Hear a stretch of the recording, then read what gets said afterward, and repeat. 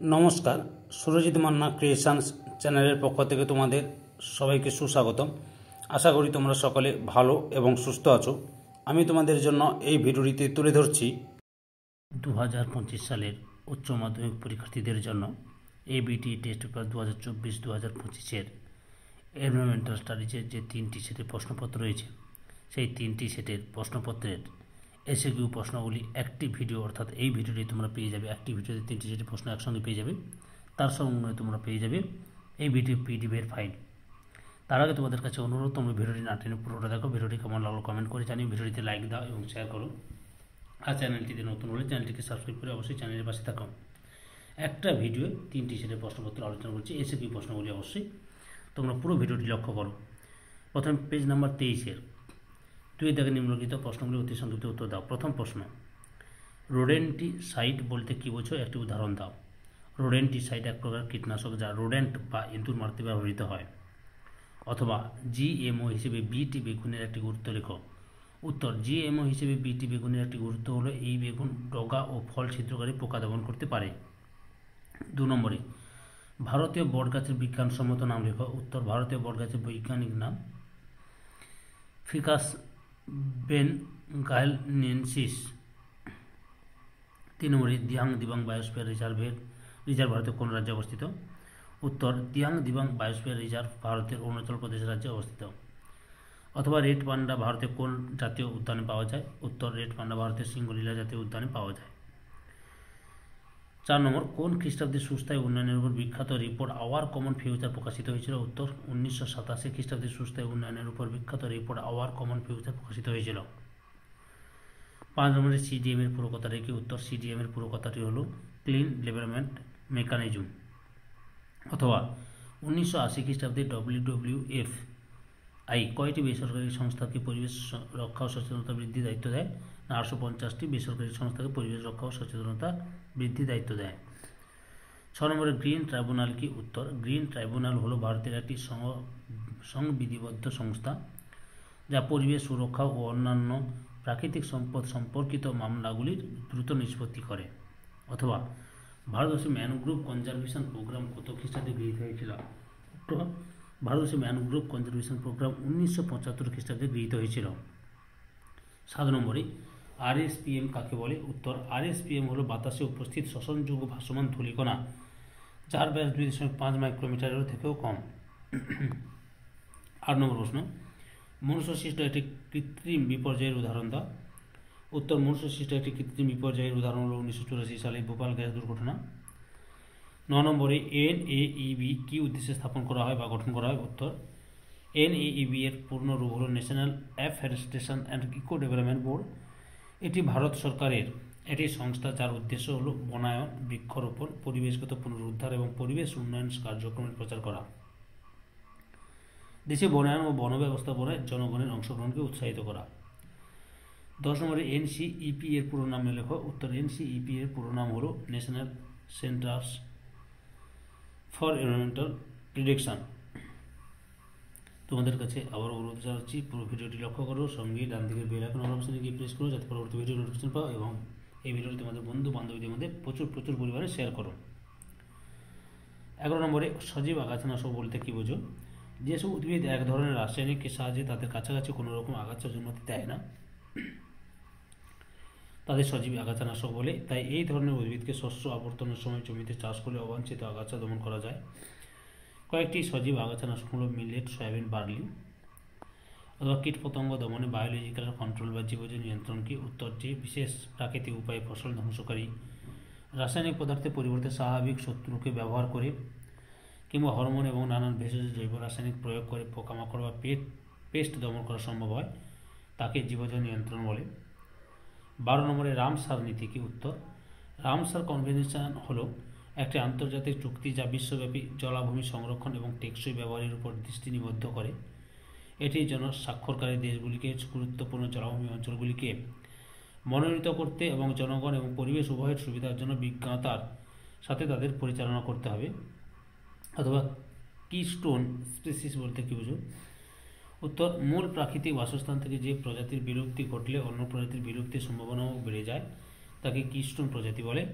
উদাহরণ সুন্দরবনের royal Bengal tiger হলো কিস্টোন প্রজাতি। 13 নম্বরে কার্বন ট্যাক্স চালু করার গুরুত্ব লেখো। উত্তর, কার্বনের ব্যয়ের উপর যে কর ব্যবস্থা তাকে বলে কার্বন ট্যাক্স। এর প্রধান গুরুত্ব হলো দূষণ নিয়ন্ত্রণের জন্য এটি একটি আন্তর্জাতিক পদক্ষেপ। অথবা চিরাচরিত শক্তি সম্পদের পরিবর্তে অচিরাচরিত শক্তি সম্পদের ব্যবহার তুমি কেন করবে?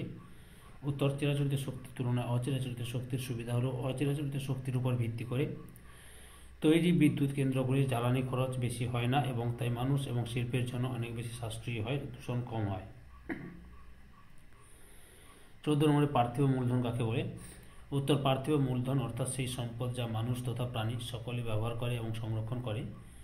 জল, বায়ু, উর্বর জমি, বনাঞ্চল, তৃণভূমি, জলাভূমি, বন্য প্রাণী, জলাশয়, নদী, সমুদ্র, খনিজ পদার্থ ইত্যাদি সকল উপাদান পার্থিব মূলধনের অন্তর্গত। অথবা কলিফর্ম কি? উত্তর, কলিফর্ম হল ব্যাকটেরিয়া যা মানুষ ও প্রাণীদের পরিপাকতন্ত্রে সর্বদা উপস্থিত থাকে এবং তাদের বর্জ্যে পাওয়া যায়। এগুলি উদ্ভিদ এবং মাটির উপাদানেও পাওয়া যায়। 15 নম্বরে জীবাশ্ম জ্বালানি যৌগ বলতে কী বোঝো? উত্তর, কয়লা, তেল, প্রাকৃতিক গ্যাস, জ্বালানি এগুলি পুনর্ব্যবহারযোগ্য নয়, এগুলি প্রকৃতিতে সীমাবদ্ধ, তাই ওই সকল সম্পদ ব্যবহারের যুগকে বলে জীবাশ্ম জ্বালানি যুগ। তারপরে 16 নম্বরে এক্সিটু ও ইনসিটু সংরক্ষণের মূল পার্থক্য লেখ। উত্তর, এক্সিটু সংরক্ষণে জীবকে তার নিজস্ব পরিবেশ থেকে অন্যত্র নিয়ে গিয়ে সুরক্ষিত পরিবেশ দেওয়া হয়, কিন্তু অপরদিকে ইনসিটু সংরক্ষণে জীবকে তার নিজস্ব পরিবেশে বেঁচে থাকার ও প্রজননের সমস্ত সুযোগ সুবিধা প্রদান করা হয়। এরপর আমি পেজ নাম্বার 177 নম্বর পেজে যে এসিকিউ প্রশ্নগুলো রয়েছে সেই প্রশ্নের সমাধান করছি। তার আগে তোমাদের কাছে অনুরোধ, তোমরা চ্যানেলটিকে সাবস্ক্রাইব করে আমার চ্যানেলটিকে সাবস্ক্রাইব করে চ্যানেলের পাশে থাকো, সঙ্গে ডান দিকের বেল আইকন অল অপশনে গিয়ে প্রেস করো যাতে পরবর্তী ভিডিও নোটিফিকেশন পাও। লাইক দাও, কমেন্ট করো এবং ভিডিওটি তোমার বন্ধু বান্ধবীদের মধ্যে প্রচুর পরিমাণে শেয়ার করো। প্রথম প্রশ্ন, বায়ো ফার্টিলাইজার কাকে বলে?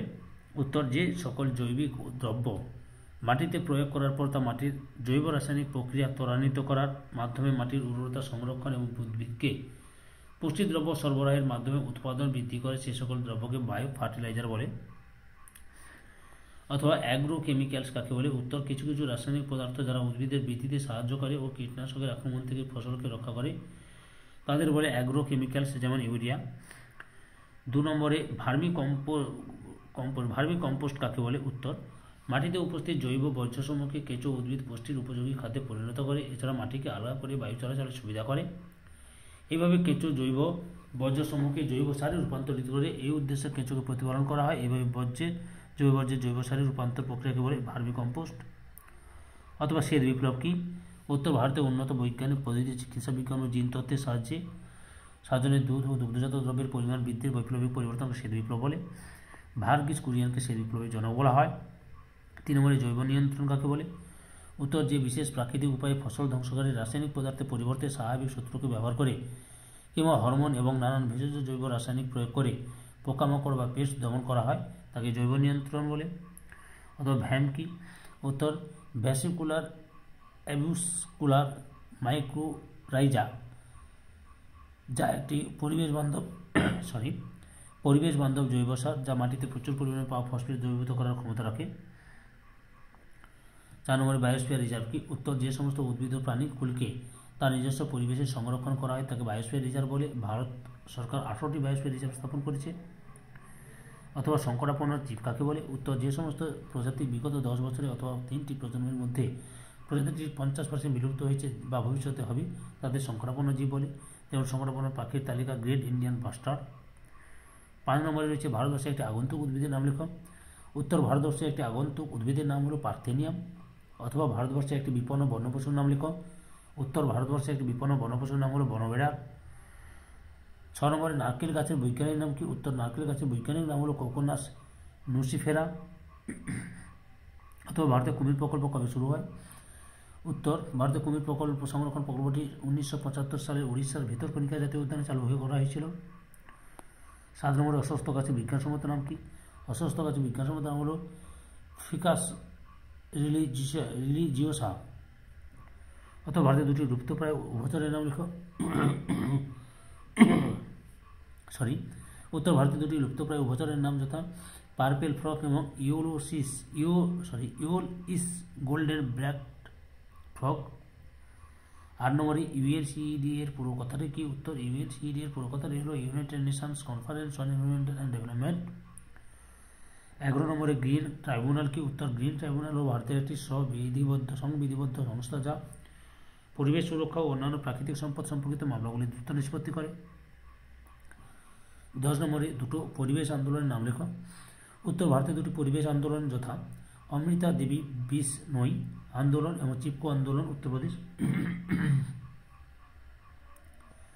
অথবা কীটনাশক আইন কবে চালু হয়? উত্তর 1968 সালে কীটনাশক আইন চালু হয়। 11 নম্বরে সুস্থায়ী উন্নয়ন কাকে বলে? উত্তর ভবিষ্যৎ প্রজন্মের স্বার্থে আঘাত না করে বর্তমান প্রজন্মের চাহিদা পূরণ করে অর্জিত আর্থিক উন্নয়নকে সুস্থায়ী বা বহনক্ষম উন্নয়ন বলে। 12 নম্বরে পার্থিব মূলধন কি? উত্তর পার্থিব মূলধন অর্থাৎ সেই সম্পদ যা মানুষ তথা প্রাণী সকলে ব্যবহার করে এবং সংরক্ষণ করে। জল, বায়ু, উর্বর জমি, বনাঞ্চল, তৃণভূমি, জলাভূমি, বন্যপ্রাণী, জলাশয়, নদী, সমুদ্র, খনিজ পদার্থ ইত্যাদি সকল উপাদান পার্থিব মূলধনের অন্তর্গত। 13 নম্বরে প্রাকৃতিক গ্যাস উৎপাদনের প্রথম স্থানের দেশ কোনটি? উত্তর 2024 সালের তথ্য অনুসারে মার্কিন যুক্তরাষ্ট্র প্রাকৃতিক গ্যাস উৎপাদনের প্রথম স্থান অধিকার করে। তারপরে 14 নম্বরে সমাজভিত্তিক বনসৃজন কাকে বলে? উত্তর সমাজের মঙ্গলের জন্য, পরিবেশের সুস্থতা, জীব জগতের ভারসাম্য বজায় রাখা এবং জনসাধারণের চাহিদা পূরণের জন্য জনগণের সহায়তায় বন সৃজন করা হলে তাকে সামাজিক বনসৃজন বলে। 15 নম্বরে মৃত্তিকায় কেঁচোর ভূমিকা উল্লেখ করো। উত্তর ভার্মি কম্পোস্ট প্রক্রিয়াতে কেঁচোর ভূমিকা উল্লেখযোগ্য। কেঁচো মাটিতে উপস্থিত জৈব পদার্থগুলিকে উদ্ভিদ পুষ্টির উপযোগী খাদ্যে পরিণত করতে সক্ষম। মাটিকে আলগা করে বায়ু চলাচলের সুবিধা করাতে কেঁচো উল্লেখযোগ্য ভূমিকা গ্রহণ করে। অথবা অ্যাজোস্পাইরিলাম কাকে বলে? উত্তর অ্যাজোস্পাইরিলাম হলো এক প্রকার গ্রাম নেগেটিভ অণুজীব বা ব্যাকটেরিয়া বা জৈব সার হিসেবে ব্যবহৃত হয়। 16 নম্বরে টিস্যু কালচার কাকে বলে? উত্তর টিস্যু কালচার বা কোষ কলা পালন বলতে বোঝায় জিনগত গুণমান অপরিবর্তিত রেখে গ্রহমুক্ত উদ্ভিদের বর্ধনশীল কলা কোষ হিমায়িত করে রাখা। এরপর পেজ নাম্বার 203 অর্থাৎ লাস্ট সেটটি আলোচনা করছি। তার আগে তোমাদের কাছে অনুরোধ, তোমরা ভিডিওটি পুরো দেখো। ভিডিওটি কেমন লাগলো কমেন্ট করে জানিও। ভিডিওটিতে লাইক দাও এবং শেয়ার করো এবং প্রচুর পরিমাণে ভিডিওটি তোমাদের বন্ধু বান্ধবদের মধ্যে শেয়ার করো এবং চ্যানেলটিতে নতুন হলে চ্যানেলটিকে সাবস্ক্রাইব করে চ্যানেলের পাশে থাকো। প্রথম প্রশ্ন, পৃথিবীতে সর্বাধিক জীববৈচিত্র্য অঞ্চল কোনটি? উত্তর পৃথিবীতে সর্বাধিক জীববৈচিত্র্য অঞ্চল নিরক্ষ জলবায়ু অঞ্চল। তোমরা এই ভিডিওর PDF ফাইল পেয়ে যাবে, PDF ডাউনলোড করে সুন্দরভাবে পড়ে নিতে পারবে। ওকে, এই জন্য তোমরা অবশ্যই ভিডিওটি তোমার বন্ধু বান্ধবদের শেয়ার করো। অথবা বিশ্বের বৃহত্তম বোটানিক্যাল গার্ডেন কোনটি? উত্তর ইংল্যান্ডের কেউতে অবস্থিত রয়্যাল বোটানিক্যাল গার্ডেন বিশ্বের বৃহত্তম বোটানিক্যাল গার্ডেন। তারপরে 2 নম্বরে টিস্যু কালচার বলতে কী বোঝো? উত্তর টিস্যু কালচার বা কোষ কলা পালন বলতে বোঝায় জিনগত গুণমান অপরিবর্তিত রেখে রোগমুক্ত উদ্ভিদের বর্ধনশীল কলা কোষ সীমায়িত করে রাখা। 3 নম্বরে বায়োম কাকে বলে? উত্তর একটি নির্দিষ্ট উদ্ভিদ প্রাণীগোষ্ঠী দ্বারা যখন কোনো নির্দিষ্ট জলবায়ুযুক্ত অঞ্চলকে চিহ্নিত করা যায় তখন সেই অঞ্চলকে বায়োম বলে। অথবা সাতপাল আর্বোরেটাম কোথায় অবস্থিত? উত্তর ভারতের গোয়ায় সাতপাল আর্বোরেটাম অবস্থিত। তারপরে 4 নম্বরে এজ এফেক্ট কি? উত্তর দুটি পাশাপাশি অবস্থিত বাস্তুতন্ত্রের সংযোগস্থলে যে প্রজাতি বৈচিত্র্য দেখা যায় তাকে এজ এফেক্ট বলে। অথবা পটল গাছের বিজ্ঞানসম্মত নাম কি? উত্তর পটল গাছের বিজ্ঞানসম্মত নাম হচ্ছে ট্রিসোস্যান্থেস ডিওসা। 5 নম্বরে গ্রিন মাফলার কি? উত্তর বৃক্ষরোপণের দ্বারা শব্দের দূষণ রোধ করার একটি পদক্ষেপ হলো গ্রিন মাফলার। রাস্তায় যেখানে অতিরিক্ত যানবাহন চলাচল করে যেখানে রাস্তার ধারে বৃক্ষরোপণ করে শব্দ দূষণের মাত্রা কমানো হয়। 4 নম্বরে কার্বন ট্যাক্স কি? উত্তর কার্বনের ব্যয়ের উপর যে কর ব্যবস্থা তাকে বলে কার্বন ট্যাক্স।